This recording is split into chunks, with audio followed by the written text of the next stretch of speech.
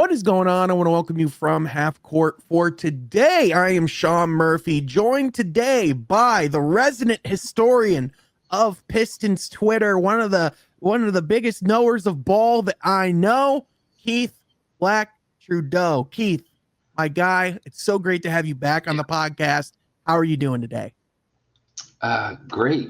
Thanks for having me. I think the last time I was here, we were talking about, I think it was maybe a week before the playoffs, a week or two Yep. before the playoffs. A lot has changed since then, but it was a great playoff series. Interesting free agency period to say the least. Yep. And even it was shaping up to be a boring preseason up until the last couple of days. So there's been some events the whole way from there to here. Yeah, if there's anything about the NBA, you never know what can happen at any given time. And I think we've been reminded that lesson over the last week or so with all the different developments. And yeah, since the last time we spoke, the Pistons have gotten their first playoff win since the Bush administration. So that's pretty significant. So obviously a lot of things to talk about. And the latest development being, what happened with Jaden Ivey.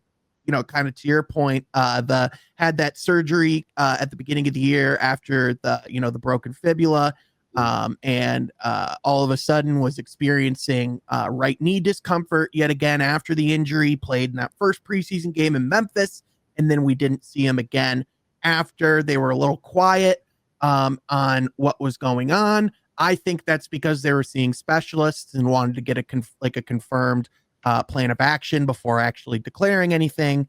But Keith, from your perspective, obviously a pretty big blow to the overall talent and the depth of the Pistons going into day one.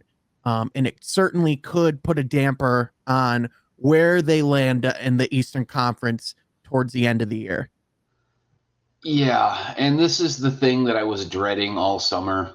And I kept just pounding the desk when all they really did was go out and get and I don't want to say all they did because Duncan Robinson and Karis LeVert are legit NBA rotation players, but they lost 3 guys and they added 2. All right, they lost Dennis Schroeder, they lost Malik Beasley, who still may come back, but as of right now, we can't go forward as if we know he's going to come back.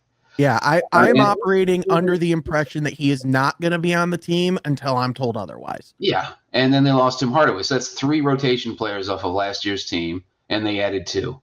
And I got told, well, they're bringing Jaden Ivey back also, so that's a third. No, he's not. He was on the team last year. He was hurt, and that's the overall point.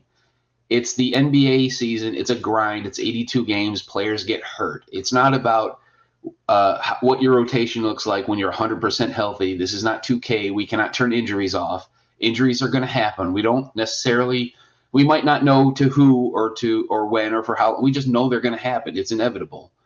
And it wound up biting them before the season even started. Like the Pistons going into the season had 9 reliable NBA rotation players. That was it, 9. You can go through a season with a 9-man rotation. You cannot go through a season with an 8-man rotation, which is not what they have. So now they have to figure out a way to work someone that probably shouldn't be in the rotation into the rotation for possibly 1 to 2 months. Like I know that it's a 4-week window, and by the time the season starts, it'll be a 3 weeks until they reevaluate Ivy. But that's just reevaluation. We saw this last year where we're going to reevaluate him in 4 weeks, and 4 weeks comes by. We're going to reevaluate him in four more weeks. So we don't really know when he's coming back. Yeah. Hopefully he just misses, October and maybe most of November. So I'm going to go forward on that. Yep. I wouldn't be surprised though if it wasn't until January. Yeah, I wouldn't either. I'm hoping that he only misses the first month and a half of the season. That would be ideal. But then he's gonna. You're talking about a guy that hasn't played NBA basketball in almost a year. He's gonna have to ramp up his conditioning. He's gonna have to.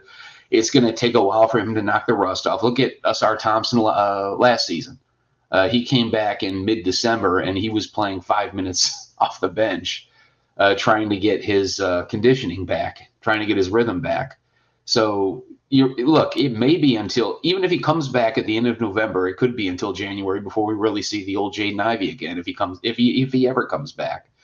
And I don't want to be alarmist because, look, the Pistons last season succeeded largely because of their defense, because they were the best team in the league after New Year's at forcing turnovers and scoring off of forced turnovers. Mm-hmm. And they do not need Jaden Ivey for that. Jaden Ivey was a guy that was supposed to come in and improve their half-court scoring, which they still struggled with last season. That he was supposed to come in and fix that, and now that's not happening, at least for the first couple of months. So they're going to have to really figure it out.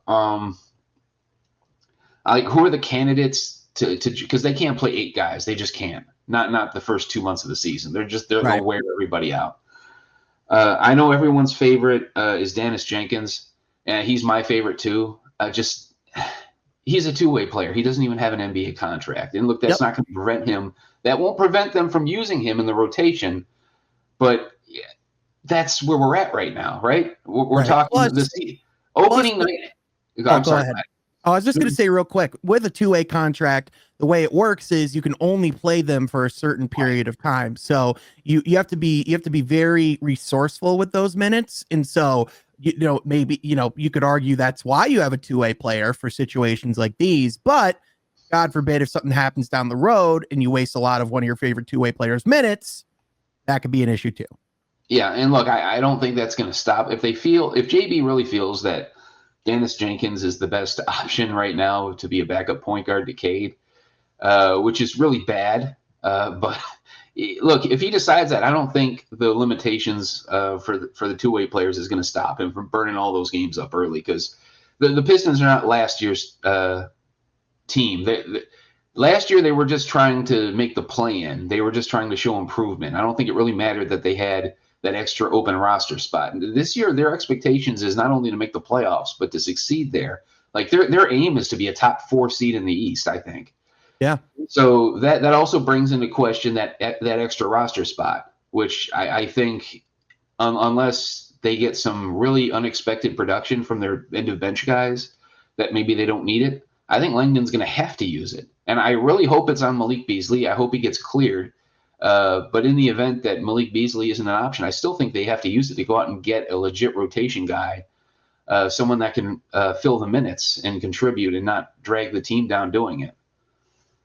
Yeah, I think a lot of what you said there, I agree with 100% and rings true of Trajan made a, like a calculated risk through the offseason to not push his chips in the middle of the table, to hold on to what he has, to spend his resources wisely. I know on the eve of free agency, he was ready to sign Malik to that 3-year, $42 million contract. And then the external circumstances outside of his control came into play. I think all things considered, without, using significant assets, you could do a lot worse in a 24 to 48 hour window than a Duncan Robinson and Karis LeVert. But with respect to Duncan, with all due respect to Duncan Robinson and Karis LeVert, it is not even though like those two together, it's not a 1-for-1 replacement for what you had with Malik, who, for one, like he wasn't just a big part of the Pistons offense from the second unit last year. He essentially was the offense for our Pistons second unit last year. And so it puts a lot of pressure on the Ron Hollands of the world to step up. It means that you need you're going to need a more consistent campaign out of a Karis LeVert, who didn't have as good of a season last year, particularly in Cleveland. Perhaps being back under JB Bickerstaff can get some comfort again. But just to give an idea for even like Duncan Robinson, who is a really good 3-point shooter. Like, I don't want to take anything away from him in that light, but even just to give like a perspective, Malik Beasley made 319 threes last year for the Pistons. Duncan Robinson last year made 190. And what were the percentages? Duncan Robinson was at 39% and Malik Beasley was at 42%. Yeah. So Malik made made like a lot more on a higher percentage. It is not hyperbole to say the Detroit Pistons lost one of the greatest 3-point shooters in the history of basketball, and they replaced it with a really good 3-point shooter, but not one of the best of all time. And anytime you lose one of the best of all time at something, you struggle, or you have to scramble to figure that out. And so, like you said, if the opportunity presents itself, if Malik is cleared of all things in the investigation, which he very much stands by his innocence, he's very much claimed that he's going to be cleared, which I've never heard someone guilty say the otherwise, but that's besides the point. He would obviously be a great addition and welcomed back in Detroit, and I think that's why they still have the cap space that they do in case that opportunity presents itself. Now, I think even before the injury, I always felt that that it felt like Trajan to me, and I'm curious from your perspective, it seems to me like he wanted to wait at least until this upcoming trade deadline just to have a little bit more time to really see the guys that he has in the building. And the reason why I say that specifically, the thing that I really took away from media day was how organizationally how bought in a lot of people are, but also the coaches, for example, a lot of the assistant coaches, Trajan said they flew out to players this summer, wherever they were, or in Detroit, and worked with players, one-on-one individually on their game and in their development.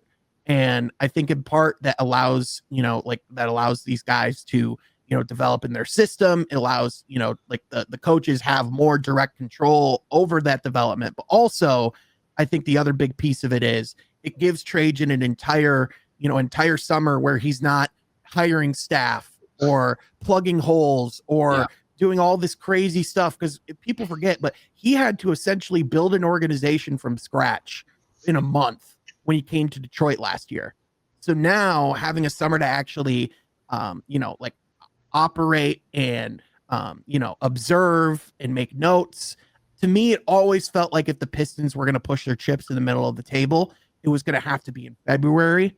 And if this injury does indeed, keep him out for a significant period of time, I think that could potentially even make that more difficult to do. Because Jaden Ivey, who's probably one of your biggest trade chips, one of your biggest assets overall, if you want to go do something, his trade value is probably going to be a lot more difficult to decipher if he doesn't come back and play really well before the deadline for a significant period of time. Yeah, and that's the thing. When Trajan was talking about having more time to evaluate this season, look, the team that he has on the floor, he's already seen. He's had plenty of time to evaluate them during the season and even in the playoffs. What he's really talking about is I want to see how Jaden Ivey mixes in with everybody else. I want to see how this group looks with Jaden Ivey. And now that's the one thing he can't see. And he may not be able to see it until 3 weeks before the deadline, which is not a fair enough evaluation period for anything.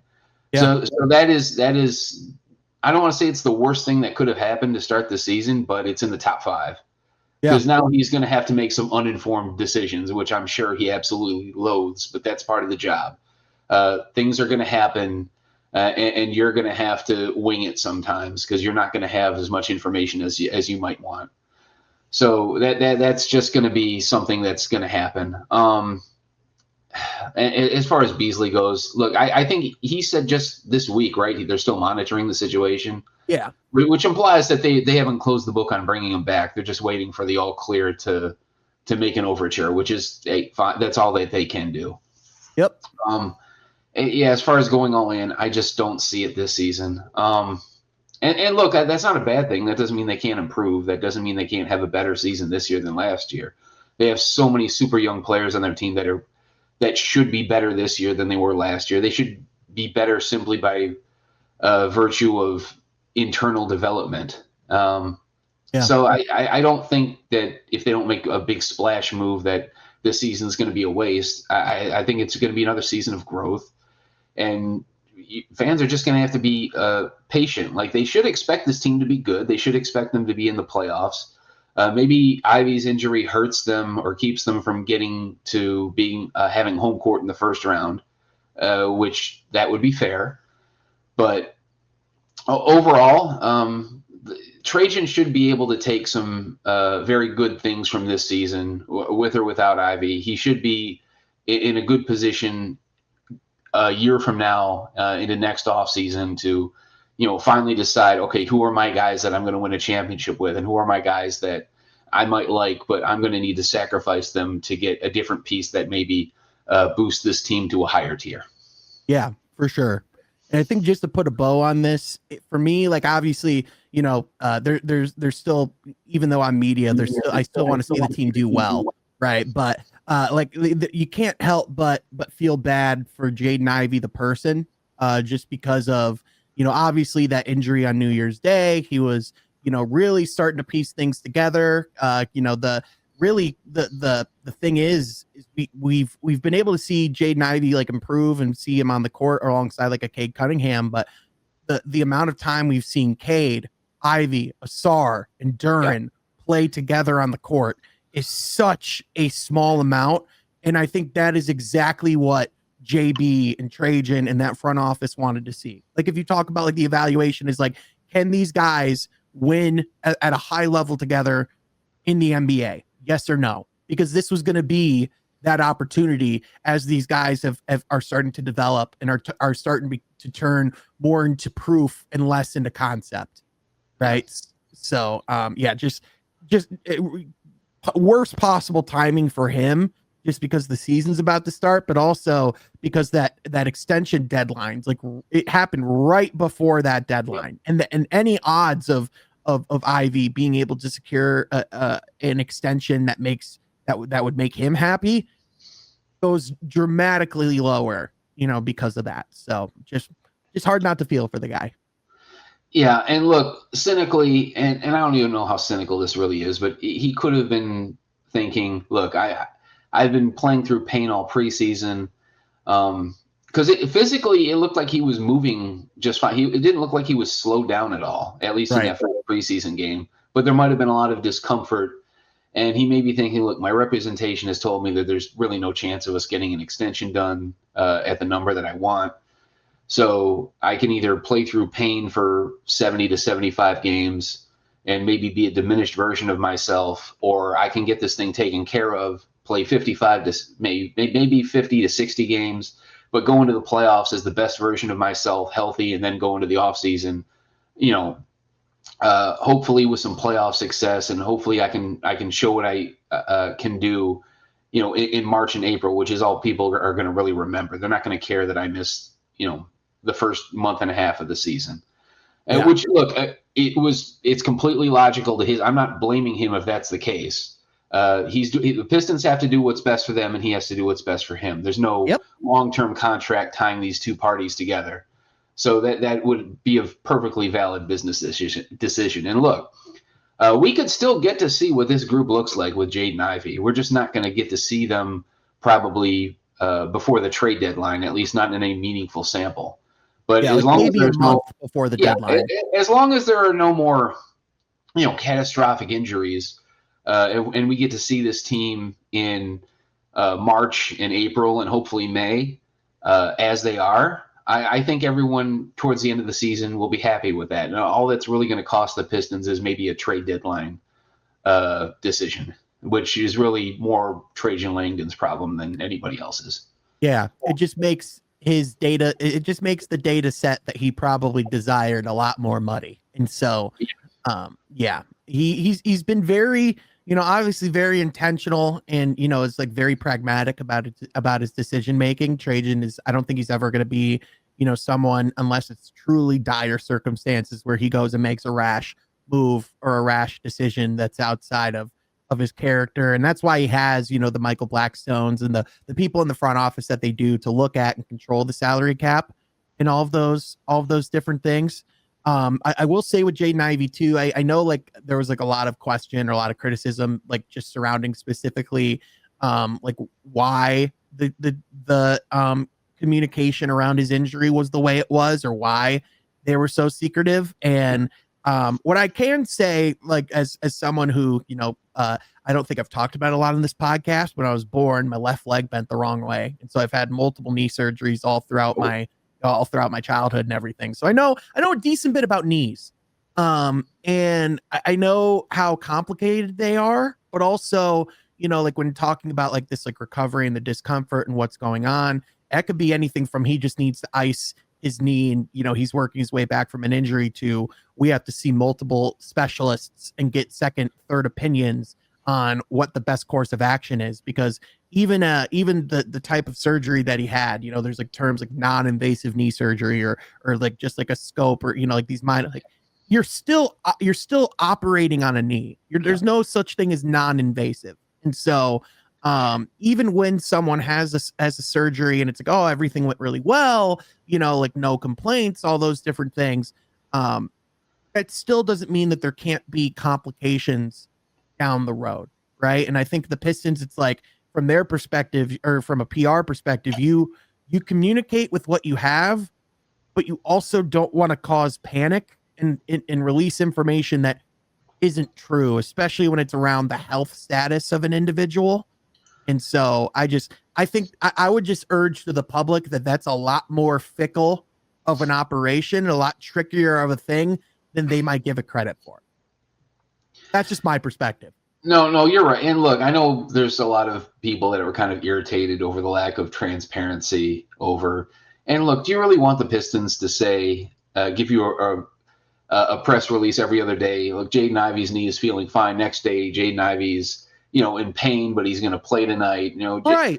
Jaden Ivey is seeing a specialist today, and which it could be the specialist could tell him that there's nothing wrong, but it could be a precautionary thing. But just the act of putting it out there is going to cause panic. So like you really don't want the transparency that you're claiming to want. I'm sorry. Yeah, it would. The transparency that you want would only cause more confusion. Yeah. So that's just the reality of it. But moving on to kind of like other aspects, maybe a more positive note. I'd be curious to hear kind of from your perspective, Keith. Now that we're closer to the season, obviously one of the biggest things we talk about every season is who are potential breakout candidates or who are people that you can see having a really good season. Like players that you're most excited or most intrigued by seeing how they do this season. And I'm curious from your perspective if there are any players that you have been particularly interested in, whether in preseason or going into the season. Preseason, I never take too much stock in just because you never know how hard everyone is really playing. Like, like the two-way guys are going to play like it's game 7 of the finals because that's their career, right? Yeah. Whereas the veterans are just trying to get into shape, and they might get beat on a play that during the regular season they'll actually not get beat on or whatever. But my point is, you're going to get different levels of production from the same exact guys in the regular season than you would in preseason, good or bad. But aside from that, I do love how Dennis Jenkins has conducted himself going back to Vegas. He is really, really, really locked in and done everything he could possibly do to earn an opportunity. So I can't say that he'll succeed, but he has done everything in his power to earn at least a shot. So I am really hoping. And look, there's some things I thought that do translate, like his ability to show pace, the stop and go. I thought he made great decisions anytime he drove the lane. And again, this is going back to Vegas, not just preseason. Like he's been the same guy. He's been a reliable outside shooter. His body control, finishing in the paint, I thought has been vastly improved from what I saw of him last season. So like all of these things point to a guy that's ready to, and what does a breakout constitute for Dennis Jenkins? Like 10, 12 minutes off the bench. But look, that would be a breakout for a guy that was not considered to be an NBA player 6 months ago. As far as the guys that are in the rotation, I think Beasley's absence probably it's weird because he was the shooter of the team. And this guy really is not a shooter, though he's improving. But I think just the volume scoring that Beasley brought, it wasn't just the shooting. It was the fact that he was, arguably the best volume scorer off the bench in the NBA, regardless of how he got his points. And I think that is going to create a very large void that Ron Holland could possibly fill. Yeah. And Ron Holland is not a shooter. Hopefully he's not a non-shooter this season and he can knock down some threes, because his first step is as good as anybody on the team. It might be the best first step of anybody on the team, just in terms of just that first dribble, getting by a defender. Like he's super quick. He has excellent footwork. He has all the makings of a guy that can come in and produce points off the bench while being a very reliable defender. It's just a matter of him getting the minutes necessary and the touches necessary to go out and do it. I don't think he's going to be that guy right away, because it's just such a and look, he's still what, 20 years old? Yeah. 19, 20, if that. He's still the youngest guy in the team by far. So I'm not want to put too many expectations on him right away, but I think this could be the year of that we look back on and say, look, we didn't have Malik Beasley at least to start the season. We didn't have Jaden Ivey, and that created this massive opportunity for Ron Holland. And wow, look at Ron Holland now. Like he's now one of our franchise cornerstones. And looking back on it, maybe he wouldn't have had that opportunity if A and B and C didn't happen to give him that chance. So my money would be on, among the important players, my money would be on Ron Holland to have the biggest leap forward. Yeah, I definitely think if you're talking about the safest players to have the biggest leap, Ron has to be at the top of the list. In part, that comes with opportunity because of the fact that now he is going to have a lot more touches on the second unit with some of the changes that the Pistons have seen. But also, you have to look at the development that he's had over the summer and even just over the last year. I mean, the jump shot improvements of Ron's from this time last year until now are insane. Like, if you want to talk about like the Fred Vincent effect, like that's it right there. That's the tangible proof in the pudding of why it was so important to bring in that level of shooting coach when Trajan Langdon came in. And like his summer league like performance, the thing that really impressed me about summer league with Ron, and I'll acknowledge summer league always lines up with my up north vacation with family, so I don't always get to watch every single second of every single game. I do my best to go back, but the thing that impressed me with Ron and his appearances in summer league was the fact that he could have gone out there and he could have chucked up 12, 15. He could have gone essentially and been the LaMelo Ball of summer league. I don't think anybody would have blamed him. I don't think anyone I think people would have expected that. But if anything, people in his first couple of games were clamoring for him to shoot more or to take more opportunities. He was actually making a lot of really good, a lot of those like selfless plays and still playing his ass off on the defensive side of the court, regardless of the fact that he was in a Las Vegas summer league gym. So like those are the things that just stand out to me about a guy like Ron. Like I think he could have a really good season, but also keeping in mind that he's going from year one to year two. He's still pretty new in the league. He's still adjusting. A lot of the times you see guys really break out in years 3 or 4. So I'm excited to see what Ron looks like a year from now. But even just this season, I think he can come in and still have a pretty significant impact. And I think at the very least, this Ivy injury, what it does open up for is the excuse to play Asar and Ron together more. And I think Trajan really wants to see how those two guys can fit together, because if those guys, if one of those guys develops a dependable 3-point shot, that could potentially be one of the most dangerous defensive wing combos in the league. Yeah. So, and look, I don't think they're going to start together this season, right, just because the shooting from either party is just not there.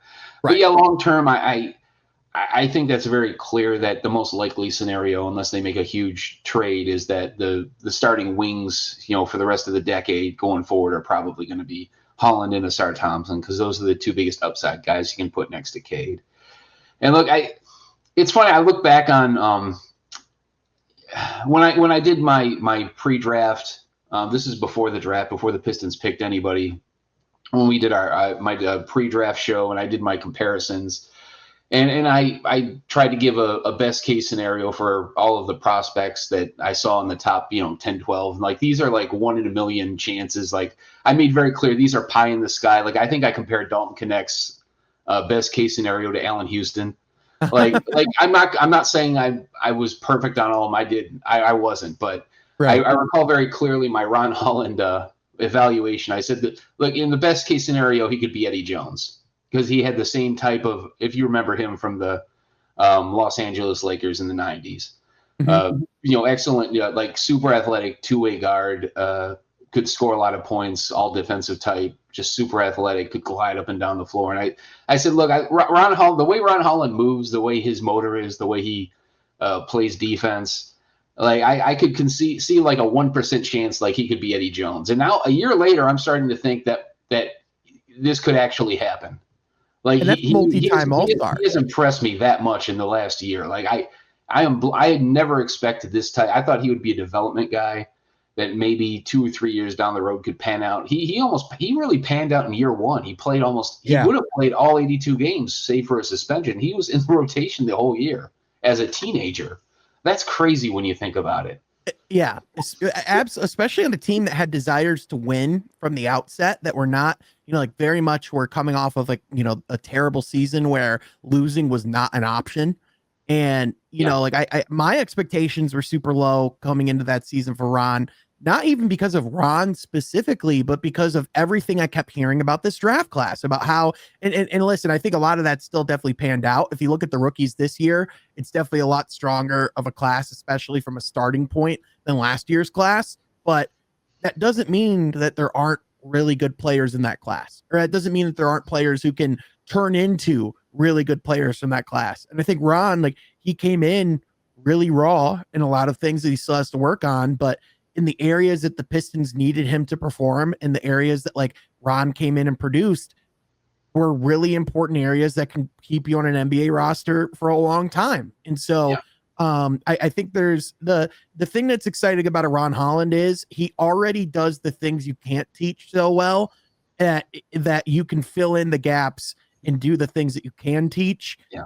And that's just gonna take him off for the races if he gets those things too. What do we say about every new player that comes in? Do they have Pistons DNA or not? Yeah. And it really boils down to the intangibles, right? And Ron has every single possible speck of Pistons DNA you could want.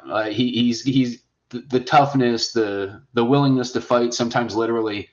A lot of times. Yeah. The willingness to, which we'll never forget, because every single time they include him in the news, anything, it's going to be that caption. Yeah.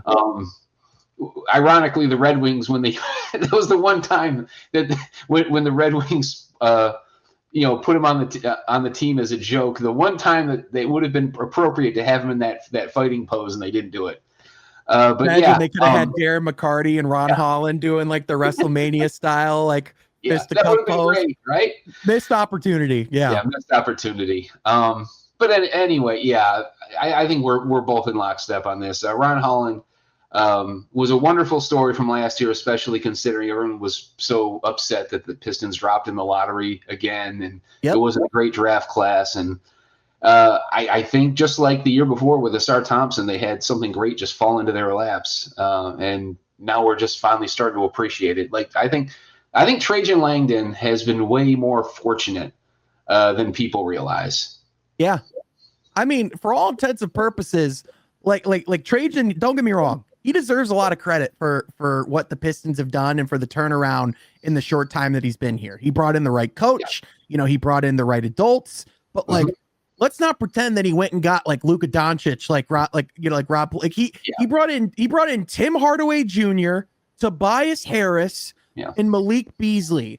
For all intents and purposes, like he brought in adults, he brought in NBA level players, but for Detroit, that was the thing they hadn't had in a long time. Yeah, like it really, like he, and I don't want to talk about Troy Weaver ever again, but I'm just gonna say this in passing. Like everyone wants to credit him for having the core guys on the team before Trajan ever got there. But like, look, we may never have known that these guys were core guys until they were on other teams, because Trajan was the adult in the room that decided to actually put them in positions to maximize what they could do, to show what they could do.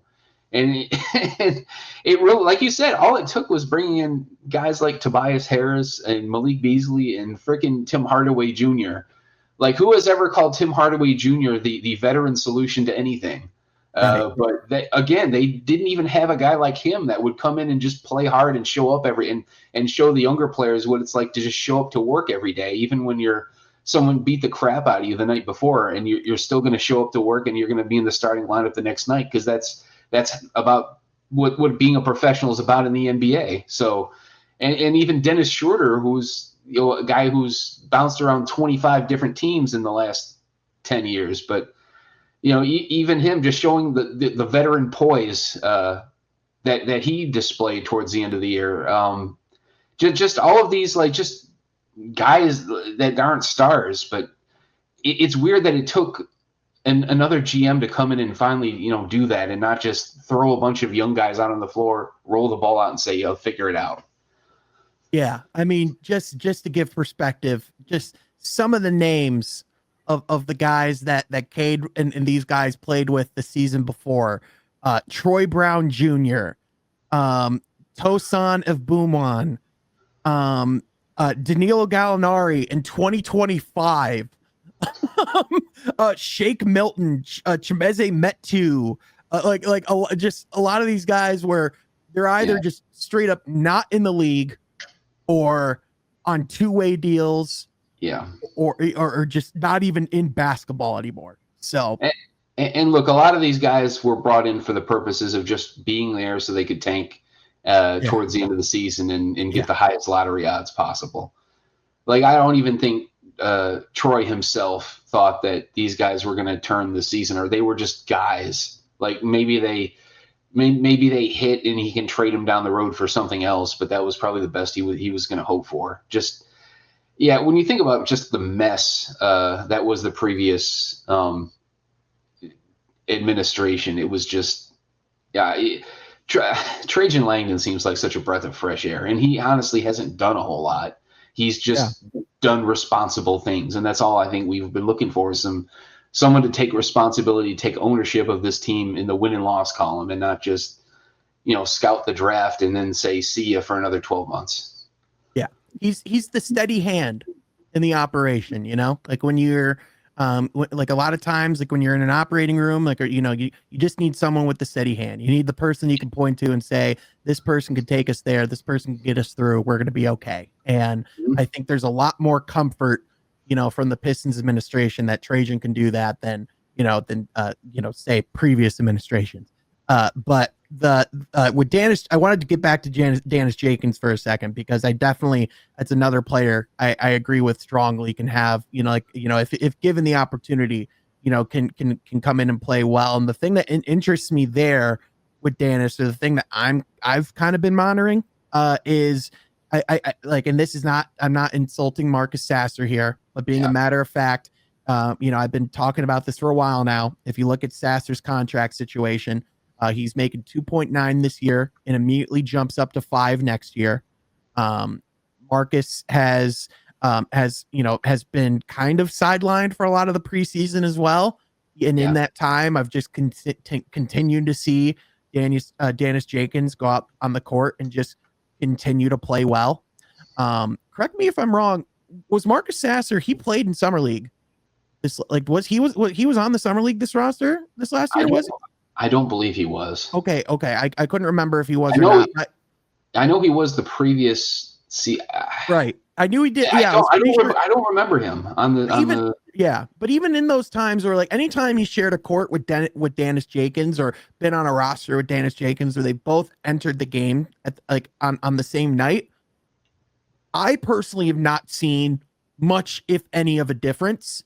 The only differences I've seen are that Jenkins seems to be more consistent as a defensive player and seems more comfortable as a point guard. Those are the differences I've seen. And from those perspectives, Danis might be more of a natural fit. And then there's also just the other element of Trajan Langdon brought in Danis Jenkins, and Trajan Langdon did not bring in Marcus Sasser. And that does unfortunately just make a difference.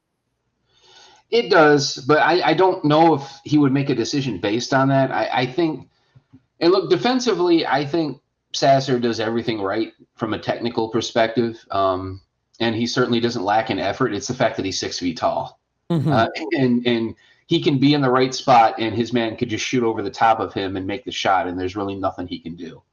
Um, I think there's another level that maybe he can go to be a little more physical and keep other guards from getting to their spots. But the fact is, Dennis Jenkins is 3 inches taller. And by virtue of that, I think that makes him a more impactful defender. You don't really have to worry about him getting posted up every single possession down the floor. As far as being a point guard, I agree with you because from the beginning, I don't think Marcus Sasser was ever a point guard. He is the step back king. He is a guy that you ISO and he can create his own shot with ease, and he can pull up for threes in transition. He is a guy that you put out there to put points on the board in a very short amount of time. I think overall, like if you play them one-on-one, I think Sasser would win 8 out of 10 times. But in terms of being a point guard and being a floor general and getting the offense into the right rhythm, the right tempo, I don't think there's any comparison there either. I think Jenkins is an actual point guard. He has real point guard skills. He has a point guard mentality. Sasser, I think he's an NBA player. Just he's not right for that position. And look, to be 6 feet tall, it's hard to be in the NBA if you're not a point guard. Yeah. So yeah, I think the rating is kind of on the wall for Marcus Sasser, and I really don't want it to be because there's nothing dislikable about him, and he is very entertaining. But look, when he catches fire, he's very entertaining. Yeah. There's not many guards in the league that can create separation that he can with his step back. But that's simply not enough to earn a rotation spot, especially on a team that has exactly one point guard currently. One. Cade Cunningham is the only guy in the active roster that's an actual point guard. And look, we're talking about, hey, can Asar play point? Can Karis LeVert play? That reeks of desperation to me. That reeks of like we don't have anybody else, so we're going to have to kind of hope that someone else can move down a position and do the job. I don't want that. So I think if it comes down to who JB trusts to just be a point guard and run the team when Cade Cunningham has to sit down or God forbid he has to miss a game, I think Dennis Jenkins is the hands. I don't even know if he would give it a second thought. I think Jenkins would have that responsibility, which scares the hell out of me because he's not been tested at all, in the actual NBA, but that's what we've come to. He's played seven NBA games at about 3 minutes a game. So he certainly is very limited in his experience. But what I can say is there's a lot of things that we don't know, and some of this is speculation. What I can tell you that I do know for a fact is the Pistons and Cruz people adore Dennis Jenkins. They love him as a player, but even more as a person. Like all of the reviews that I hear about Dennis are just absolutely glowing. And they really like Marcus Sasser too. I haven't heard the contrary on that, but there is a lot of belief in what Dennis Jenkins can be as a player because of who he is as a person and because of some of the stuff he's put on tape. And so all of that to say, there's a lot of people in the corner of Dennis Jenkins. And because of that, I wouldn't be surprised if there is an elevated or expanded opportunity at some point down the road, especially because of the good tape that he's put through Summer League. But also, like, you look at some of the games he's had in the G League, like scoring outputs, I don't really look at as much in G League because it's like, you can put any player who's borderline NBA talent in the G League, they should be able to put up 20, 30 points. But to me, it was like he had like a 30 point, like 30 plus point, like 10, like very high assist game where he's like going out there and playmaking at a really high level, putting his teammates in positions to succeed. Like those things you can look at and go, oh, maybe there is something there. Maybe he can be like someone for that second unit. But nonetheless, even if he does come in and get that opportunity, it will still until Jaden Ivey comes back in the lineup, especially with losing a Dennis Schroeder, who I think people don't give enough credit, honestly, for how much his role was on that team. If he doesn't hit that big shot in the Garden, the Pistons don't win their first playoff game since 2008. So, which, by the way, as from being in the media perspective and seeing Dennis Schroeder in a Pistons uniform, I just want to take a quick second and just say I don't think I've ever had a perspective of a player for me shift more dramatically than it has for a Dennis Schroeder. Like I was not a Dennis Schroeder fan this time last year. I would have been like, there's a reason why he's on all of these different teams, because I was like, oh, well, clearly they get him in the building or like, oh, get this guy out of here. But that's not the case at all. Like from his time in Detroit, like I came away incredibly impressed. And wherever Dennis Schroeder goes from here on out, I consider myself a Dennis Schroeder supporter. Yeah, I think, and look, I doubt maybe 1% of our whoever's listening to us right now watches European basketball, but right. If you watch him play for Germany, he's often the best player on the court. Yep. And he's teammates with Franz Wagner on his own team, and he's usually Germany's best player. Like you can see the effect, the winning basketball that he plays when you just put the ball in his hands and let him run the show. So I'm right there with you. I wish Dennis Schroeder could have been back. I know it simply wasn't possible because the Kings were offering him a role that the Pistons simply could not offer him. An amount of money that they simply couldn't. Yeah, the money. Yeah. And look, the Pistons could have matched the money, and I don't think it. But it ultimately in Sacramento, he knows he's going to start. Even with Westbrook there, Schroeder's still going to start. Like they paid him. They didn't pay Westbrook. So I think it was inevitable that once a starting spot opened up that he was going to leave for that opportunity, because that's how he's going to extend his career, right? Is by playing big minutes. But I will always treasure that, that 20 games that he played towards the end of the season, 20 or 30 games after the deadline, and the performance that he gave in the playoffs, even though he shot horribly from three. He hit a couple of unbelievably big ones, and just the overall toughness, and the fact that he did show, he did give us a little glimpse of what it could look like with Cade Cunningham playing alongside someone else that could actually dribble a basketball. Yeah, for sure. And I remember that was like a deadline deal at the time that people weren't really sure about, or people didn't really go crazy for, but it turned out to be exactly what Detroit needed. And I like, honestly, it's crazy to say, but it's like, is that the best deadline deal Detroit made since Rasheed? Like, is that crazy to say? Like, there's a long line of like history since then. That's a very long period of time. I know Blake came in and had a third team All NBA level.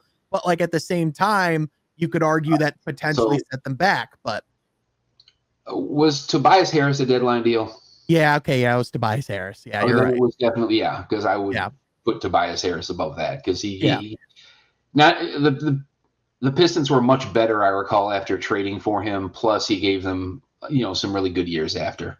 It's still about a decade in time though since those trades. So it wasn't the best trade in 20 years. It was just the best trade in 10 years. Do you remember the Thon Maker deal at the deadline? Oh my gosh, how can you forget? The love affair that the Pistons fans had with him for that first game when he had the bloody lip, and everyone, this is our guy. And then I think his NBA career was over after that season. I don't even know if he got another contract. Yeah, I think he played I think after that he might have played like one more year or something in Detroit, or like it might have been but yeah, no, he that talk about a guy who was like a awesome in theory but not in practice type guy. And the worst part was the injuries were so bad they had him starting in the playoffs and guarding Giannis Antetokounmpo. Oh. You can look back and laugh now because the times are better, but yeah. That was, and they were good enough to make the playoffs that season, and it still felt like rock bottom. Yeah. No, it was when you're going up against Giannis and the Bucks at the time. It was like there's no hope. It's like they're gonna lose each game by 20 or 30. Yeah, the guy that carried us the whole season is gonna be in a gigantic knee brace. Yeah. Awesome. Yeah, so the guy Thon Maker behind him to start. Yeah, this is great. The guy who's been our absolute rock, his knee is the size of 3 softballs right now. This is great. Those were the days. Those were days. That's for sure. They were days. Yeah. They were definitely days. Yeah, that's to be certain. Another player, real quick, I'd love to touch on as well Okay. as someone who can have a really big season, and I think like in the leap conversation, probably hasn't even been talked about enough. I mean, I know he's been in league circles, but Asar Thompson. Yeah. I know for a lot of Pistons fans, the leap might have already came in a sense in like that second half of the last season, especially as he was able to come back into the rotation. But where I would point Pistons fans is, although they never explicitly said it, there was pretty clearly a minutes restriction on Asar. If you look at his averages in the regular season and the playoffs, they're the exact same, 22 and a half minutes. So very clearly it was like that 22, 24-minute threshold and you're done. Now, can you imagine Asar Thompson being unleashed for 30 plus minutes a night? And on top of that, you talk about the fact that like this is a guy who lives in the gym and loves to like be on the court. And as much individual work as he did last summer, it doesn't compare to what he was able to do this summer because he was cleared to do full activity, no restrictions in the gym, in 5-on-5 work, anything of that nature. So all that to say, we could potentially be getting an unleashed Asar Thompson going into this year. And for that reason, I'm curious to hear your thoughts. I'm not looking at. I don't have the preseason stats in front of me right now, but did he not lead the Pistons in minutes during Let me pull preseason? those up. Because it really felt like even when JB put the bench in after the first half, he usually kept Asar in, and I think that might have been just to stress test him a little bit to see what if he could hold up under more minutes. Yeah. That may not have been true. I may be misremembering that, but I feel like he played the most minutes of anybody during the preseason. So it looks like looking at just from what I'm seeing right now, I was only able to pull up averages. Oh, here's totals. So at total minutes, Dennis Jenkins was actually number one. It looks like makes sense. Of those core starters, it looks like Asar was number one. It looks like it went Dennis Jenkins, Chaz Lanier, Duncan Robinson, then Asar Thompson. So of the starters, he most definitely played the most minutes. Okay. So yeah, I think that may have been a bit of a preview because it had. Look, if you recall Asar's rookie season, he was like an Iron Man until they had to shut him down for the season. Like he played a lot of minutes. He was like the most conditioned guy on the court. So I don't think it's unheard of for him to get back to that. It's been a couple of years. So yeah, it may look compared to last year when he was giving you a lot of great basketball, but it was in such short bursts. He should have a much larger impact this season simply by virtue of playing more minutes as long as he stays healthy. Yeah. Now, as far as the shooting, I don't really know if that's going to come around this season. I'm hoping the mid range, like if he just improves the mid range, I'll be happy. But he does definitely need to have the threat of putting the ball in the basket aside from dunking it, just to take advantage of his playmaking. And it looks like to start the season without Ivy, he's probably going to start at the 2 next to Cade Cunningham. They're going to rely on him a lot for a lot of secondary ball handling. And that's good. I'm sorry? No, I said yeah. No, I agree. Yeah. Yeah, I think that what they'll probably do is they'll probably put Asar at the 2 and Duncan Robinson at the 3. Which Duncan is not a ball handler at all. So that's going to put a lot on Asar's plate. And if you recall how they played last season with he and Jaden Ivey was able to take advantage of a lot of distorted defenses because Cade was getting doubled all the time and it was allowing Ivy to get to the basket and make plays because it was giving him wide open driving lanes. I anticipate the same thing for Asar. Now, Ivy, the other side of that is Ivy hit a lot of 3-pointers at a very high clip. Asar's not going to be. He's just not going to do that. I'm sorry. He could shoot way better this season and still be like a 28% 3-point shooter. It's not going to be a thing for, at least for this season. So we shouldn't expect that. But as far as him taking advantage of open driving lanes and doing damage, he should absolutely be able to do that. And I look forward to seeing that. I just don't know if statistically it's going to show. I think his impact is still going to be on the defensive end of the floor. Yep. That is in forcing turnovers. Even if he doesn't get the steal, he's going to make somebody else so uncomfortable that someone else is going to get the steal. It's going to be all the auxiliary, secondary stuff like that that he's going to make his biggest impact. And simply by the virtue of him playing a lot more minutes, like if he plays 30-some minutes on average, that would be huge because this team was already one of the top 2 or 3 defensive teams in the league with him in the lineup. And that was with him not playing, only playing half the game. So, add another 6, 7, 8 minutes onto that. That's huge. That's the main reason why I still continue to be positive about the season, even though they're missing Ivy's, 18, 19 points a game, and Beasley's 18, 19 points a game. I think they'll be so good defensively that they'll be able to win a lot of games simply by making the other team miserable and forcing turnovers. And I think Ausar is the linchpin of that. I said this before on Twitter, but in case anyone doesn't know, I believe that Ausar Thompson is closer to Cade Cunningham in terms of impact than anyone else on the Pistons is to Ausar Thompson. I agree. I think that highly of the impact that he can have on the floor. He might be a little behind Amen Thompson, but that doesn't mean he's Harvey Grant to Horace Grant. No, Ausar is still a very, very good basketball player, and he might, if he plays enough minutes, I think he could be in the mix for Defensive Player of the Year. And that's, he's going into year 3, but I think that highly of what he can do on the court. He's going to win it at least once in his career. If not, he's going to finish very close up in the top of those rankings. And I definitely I agree, pretty much with everything you said there. I went on the Huge Show earlier this week, and one of the questions I was asked was, other than Cade Cunningham, who is the player that the Pistons can least afford to lose? And this is before Jaden Ivey went out. And without a question, I said Ausar Thompson, because, for one, if you look at when the Pistons really took off from a winning percentage last year, like when they really started, to get things going, it aligns almost perfectly with the day that Ausar Thompson came back in the lineup. And that's not a coincidence to me. The Minnesota game. Yeah. You remember when Minnesota had, I don't know if they were the first or they had one of the best records in the Western Conference, and they came into and the Pistons just destroyed them, and it was mainly because Ausar Thompson made life absolutely miserable for everybody on that team. Yeah.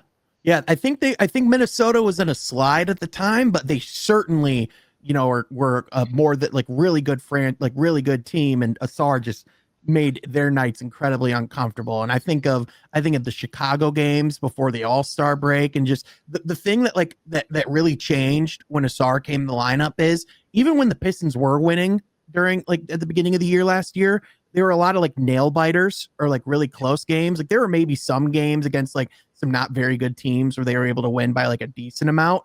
Yeah. When Ausar Thompson came back into the lineup, when they were winning games, they were clobbering people. There were 20+ point differences in the point totals. It was nuts. Yeah. Even the point differential is the dead giveaway, right? Yeah. The point differential can lie for a week or two. It's not going to lie for a month or 2 months or 3 months. And the Pistons during December, even though they improved record-wise, were still surrendering a lot more points than they were scoring. Yep. They were winning by virtue of, I don't want to say luck, but they had a lot of good, the Jaden Ivey 4-point play in Sacramento comes to mind. But they were getting blown out and their wins were nail biters. As when Ausar Thompson came in, their scoring went down, but their points allowed went way down. Like you said, they were winning in blowouts. It was a completely different style of basketball than it was before Ausar Thompson. And I don't want to say it's all on him, but a lot of it was. He was the catalyst for sure. Yeah, he allows everybody else to have an easier time on defense because he creates so much havoc. He can take your best offensive wing and turn him into a guy that's a spectator. And that allows everybody else to get into passing lanes. That allows everybody else to block shots. I know, look, the biggest example is Jalen Duren, who looked like the worst defensive center in the league. And that's not hyperbole. I think he was probably the worst starting center in the league defensively until Ausar Thompson came back. And all of a sudden he looks competent. It's because guys weren't getting straight line drives to the rim every other possession anymore. and it wasn't putting as much pressure on him to make decisions. He could simply guard his man and grab rebounds. And the few times someone did get into the lane, it was usually set up on a tee for him so where he could block the shot. Just a night and day difference. It's almost like Asar Thompson turned Jalen Duren's career around, as crazy as that sounds. But yeah, Jalen Duren can now exist as a starting center on a team that's one of the best defensive teams in the league. That is the impact that Asar has had. Yeah, it's to me, it's like it goes hand in hand. Like when you have a great, like front court player who can defend on the perimeter, that makes a post player's job a lot easier. When you have an elite post player, behind you on the defensive side, that can make a perimeter defender's job a lot easier. And like to your point, just when looking at just Asar's overall impact and the way that team just like massively improved on the defensive side of the ball, that's why like a Ron Holland and Asar is so interesting. When you have an elite defensive player, you almost have to game plan going against them as much as you do an elite offensive player, because you have to know where they are on the court at any given time, and you have to account for the ball pressure he's going to give, how hard it is to even get past them from a dribbling standpoint. You have to be on your A game when you're going up against Asar, because he is never off of his, I don't think I've ever seen a night where it's like, oh, Asar's not giving 100% tonight. It's never been a thought that's entered my head, and I just don't ever see it entering my head. Yeah, the Pistons and I think the Orlando Magic are probably the two teams in the league, well, at least in the East, that are going to win games, that are capable of winning games by virtue of simply making the other team quit, because it is just not any. Look, you can have a bad team that can catch fire and have a fun night against a good team, just with trading shots back and forth, and they just happen to be hotter that night. No one wants to play, a Wednesday game in January against a team that's going to press you and take away everything that you like to do on offense. A lot of times, you're going to see a lot of teams, especially the bad teams, they just quit. They just fold, and you win by 20 points, and it's easy. The Pistons can do. There's not many teams in the NBA that can do that. The Pistons will be able to do that, and I think that's going to be where the majority of the entertainment comes from. Watching them is their ability to impose their will, which is tradition in Pistons history. Imposing your will defensively and just making the other team give up. Yeah, no question, and it's going to be, again, it's going to be really interesting to watch this season develop and just how things evolve. Before I let you go, I have one last question. Just I always like to, going in the year, I always like to, hear, even though, I know you and I are predominantly Pistons guys, we still love ourselves some basketball. And I would love from your perspective, it can be your fascination with the good, it can be your fascination with the bad. But what are like the teams, the players, like in general, like what has you, Keith Black Trudeau, fascinated going into the 2025-26 NBA season? All right. God, this will be interesting because there's so many teams. Like, we can start at the top of the East, right? Cleveland is going to be there by default because they're the only team that doesn't have a season-defining injury already. It's at the top of the East, aside from the Knicks, who have a brand new coach, and who knows how that's going to work out. I don't want to say Cleveland's boring, but it's like we know they're going to win 60 so games. We know they're going to be the top seed in the East unless something weird happens. It's like, get back to me in the playoffs with them. Or Boston and Indiana, I think, are toast. It's not to say that they won't make the playoffs, but there's nothing interesting to me about Boston because they didn't just lose Tatum. They lost Tatum, and they lost Al Horford, and they lost Porzingis, and they lost Drew Holiday. Like, this team is not going to be able to function, even if Tatum does come back, which would be immensely stupid. Indiana, like, depth is kind of their thing. Like, I am kind of interested to see how they weather not having Tyrese Halliburton, but he is still like the straw that stirs the drink, right? Yeah. So if they finished with a better record than the Pistons, I would be kind of disappointed unless they just were amazing and won 55 games, which I don't see. Toronto, I think, has 5 guys that want to shoot the ball, and that never works out well for anybody. Atlanta might be my most intriguing team because if Porzingis stays healthy, I think they could really make a run in it. They have a lot of firepower. They have a couple of guys that can actually play defense now. They might be a fun team to watch. Miami is I don't even want to talk about them. Same with Chicago. I think those are both teams that needed to blow it up 3 years ago. We'll see Charlotte, them both in the play-in again. Like, yeah. they always face each other in the play-in, come hell or high water. If Charlotte stays healthy, which they won't, but on the off chance that they do, they could be a lot of fun because of Williams and LaMelo Ball, and the fact that they have a very high up tempo attack with a healthy roster, and they can score a lot of points. I think they could actually, maybe if you went and turned injuries off, maybe that they could make a run at being a surprise team that could possibly get the 7 or 8 seed. I do like Charles Lee. I'm sorry? I do like Charles Lee. Charles Lee's he was just set up to fail last year. I'm hoping for his sake that, because I don't think that he lasts if they have another year like last year, which is, I hate that for coaches, because they're just put in unwinnable situations and they don't win and they get fired for what, right? San Antonio, they might be my league pass team. Not that they'll have a lot of league pass games, because I'm assuming they're on national TV a lot, but just the amount of firepower that they have from the guard position. Like, they have the rookie of the year, and I don't know how he's going to get minutes, right? Because, like, if Dylan Harper's as good as he's built to be, he's going to take those minutes. And then they still have De'Aaron Fox, and then they have Victor Wembanyama, who is just, I don't even know how to describe him anymore. He just has to stay healthy and maybe stop turning the ball over, and he could be the best player in the league, right? So that may be my most intriguing team. I don't know. It's weird because this season is littered with so many teams that I don't like, and I don't recall that. Like, I can go to Phoenix. I don't like them. Houston might be good, but like Dallas, I don't really like them because they don't have any guards. Like Utah, nobody likes Utah.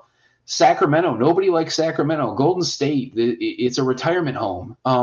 The Clippers, we've been saying I want to say I like the Clippers, but like, we have been saying for like the last 8 years that this is going to be the year the Clippers put it together, and they don't, and now they're all like 100 years old. So what are we doing? That's before the Kawhi controversy and stuff that comes in. Like, and ultimately, I think what this is going to boil down to is Oklahoma City is just going to destroy everybody again, and then we'll be back into we're going to be back into the finals with Oklahoma. And look, Oklahoma City, they played competitive series, right? They went to 7 games twice, but I don't know if anyone really thought that they would lose, just because they are the best team in the league, and they're still one of the youngest teams in the league, and that is a horrifying combination for everybody else. Yeah. Let me see if I can come up with just one team that maybe people aren't thinking about, aside from maybe Charlotte, who's a long shot. No, the Brooklyn Nets are horrible. I have one team that's kind of flown under the radar. Please give it to me, because I'm drowning right now. The Denver Nuggets. To me, like that's a great one. They had a very good summer, a quietly really good summer. They went and got, even before the moves that they made, they already brought the current Oklahoma City roster to 7 games. Now you add Tim Hardaway Jr. to that roster. You add you add Cam Johnson in case of Michael Porter Jr. Like, not only did you get cheaper there, but from like a guy around Jokic, like an IQ standpoint, that's like a massive jump right there in itself. I think he's a little bit of an overrated defensive player. I love adding Cam Johnson. Yeah, I love that addition for him. Like, I don't think he's like the defensive world stopper that people know him to be. I think Aaron Gordon's still their best defensive player, but he's certainly a better defensive player than, MPJ was able to be in the playoffs last year. And I think when you look at the roster that Denver has, like, if you're looking at like the most tangible threat to the Oklahoma City Thunder this season, it's got to be Denver, because I'm sorry, go ahead. I was just going to finish up with, even if like, let's say Oklahoma City, like, let's say they do get out of the West, sure, like New York and Cleveland, like, I don't know how well they could do, but that matchup versus Denver, when you have Nikola Jokic and now he has a very credible supporting cast, like, no one talks about them, and I think that's exactly where they like to be. If Adelman is a good enough coach to bring them where they need to be, this roster definitely has a chance. And look, the reason they couldn't win enough games last year is because their perimeter defense was a joke. And I'll tell you what the biggest underrated move, maybe the whole offseason, was them bringing Bruce Brown back. Yeah. That is just such a massive upgrade at the point of attack defensively. And he doesn't really need to. He doesn't need to win Defensive Player of the Year to help them in a big way. He just needs to get in front of guys and stop teams from just getting to the basket at will and exposing Jokic as a rim protector. If they can just keep other teams on the perimeter, that isn't just drive and kick and hitting wide open shots. You're right. I think Denver could actually be a legitimate threat again to the Thunder this season. Looking around the West, I think it's like Houston could be that team even without Van Vliet, though I kind of worry that they'll lose his leadership in the backcourt. Other than that, it's probably going to be the Thunder. I don't see the West as being that wide open. It's going to be the Thunder, and you're right. You're dead set right about the Nuggets. I think this is not that they were bad last year, but I think this will be a return to form for them as a team that people are legitimately looking at as they could win the title this year. I mean that it's the best support. You could argue it's the best supporting cast Jokic has ever had, including the team that won the title. Yeah. And you look from top down. The biggest question, unfortunately, is still just going to be Jamal Murray's health. But at the very least, like you have guys there now who during kind of like that regular season, you have guys that can kind of help you get through some of those points. And now like you throw a Tim Hardaway Jr. alongside a Jokic. Like that's going to be, that somehow is the best playmaker he's ever played with. And he's played with Luka, Cade, before this. So he's going to feast. And then, like Aaron, like, I love Aaron Gordon, but now throw alongside him, like a Cam Johnson, a Bruce Brown, like that's, if I'm Oklahoma City, like, especially like coming off of a finals run and shortened summer and everything like that. That team is, quite, pardon my French, that is going to be a bitch to face in the playoffs. I look, Michael Porter Jr. is better than Cam Johnson is probably at just volume scoring, putting points on the board. But I think Cam Johnson is a better overall basketball player than Michael Porter Jr. And I think overall Jokic is going to love playing with this team, whereas last year every single game he looked frustrated by something. Like he was having to do way too much. And offensively, most underrated aspect, they went and got Jonas Valanciunas to be his backup. And listen, man, they could throw some lineups where those guys play together. That's crazy. But just it's just the fact that he really wanted to leave the NBA, and they said, "Nope, you are under contract with us. You are not allowed to leave until that contract is up." It's like, oh, okay. Yep.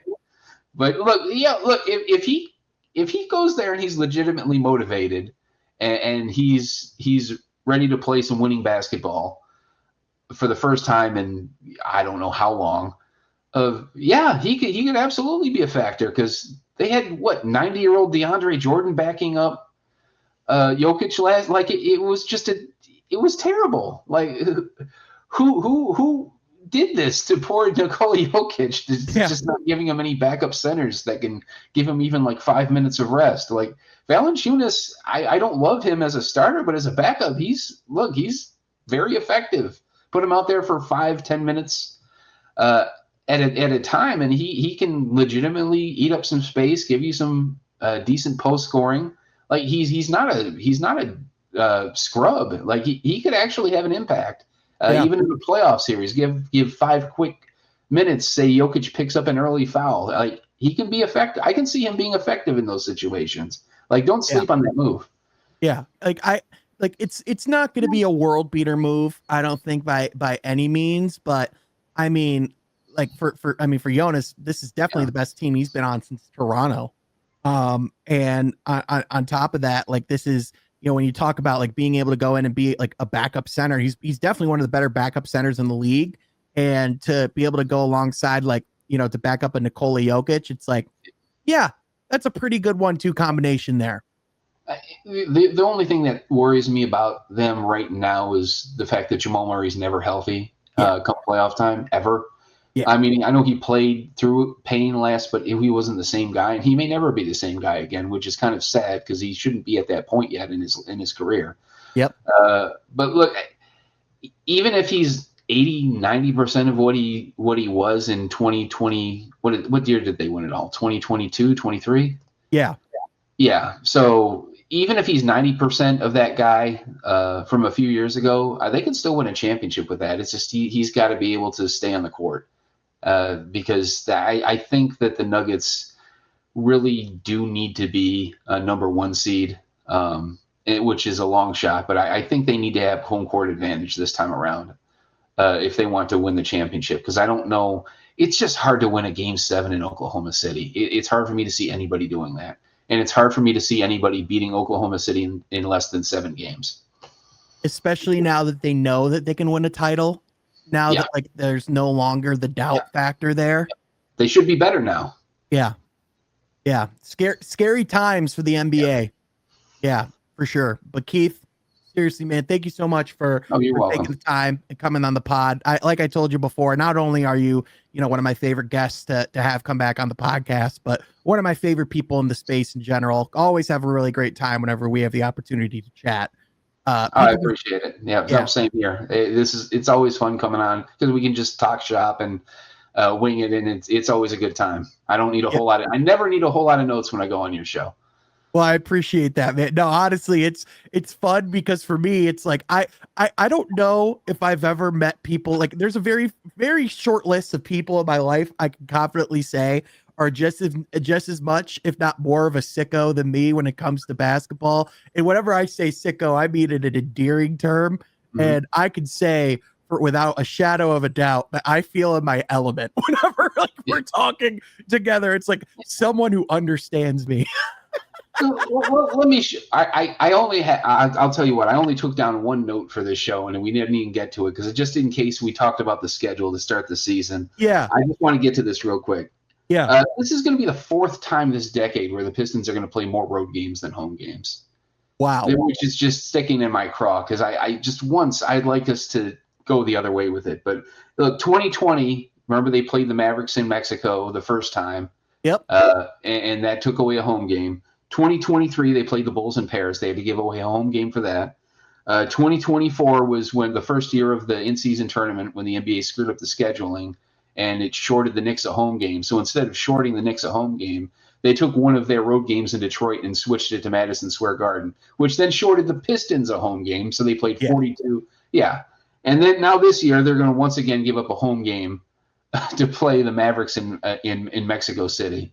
I hope it's a neutral site, but it's freaking like if any American city is considered part of Mexico, it's Dallas because of the Cowboy. Like, yeah, their sports fandom is 90% for American teams is 90% the Dallas Cowboys. Like they have whole buses that go for Dallas home games up from Mexico. Like this is not going to be in any way, shape, or form a home game for the Pistons, and I really hate that they had to give up a home game for this. I'm sure there's some money involved, and I'm sure it's profitable for them. It's just, even if it's just one extra game, I really hate that the Pistons every single year seem to be playing with like one hand tied behind their back. Like they can't just play 41 freaking home games at LCA. All right, that just I made that short. That's just a complaint that I had. I will say one positive, one sign that they're heading in the right direction. Over the years, the Pistons have they've been at the top, if not near the top, of the most back-to-backs in the league just about every year. Yeah, they are not at the top of that list this year. Right. The teams with the most back-to-backs this season, according to the NBA schedule, 16 of them belong to, are the 76ers, the Denver Nuggets, the Phoenix Suns, the Charlotte Hornets, and the Washington Wizards. And then they don't even have the second most according to this because there's with 15 teams, it's Toronto, 15 games, it's Toronto, Portland, New Orleans, Golden State, Miami, and Utah. So in one aspect, the scheduling gods have looked favorably on the Detroit Pistons. What a time to be alive. It's progress. It's progress. We'll leave it at that. It is progress, absolutely. But Keith, again, thank you so much for being here, and thank you to those who listened to joined us for this entire episode. Be sure you like and subscribe so you don't miss any of the content we have coming. But that's going to do it for today, folks. Thanks for listening. We'll catch you guys next time from Half Court. Be sure you subscribe.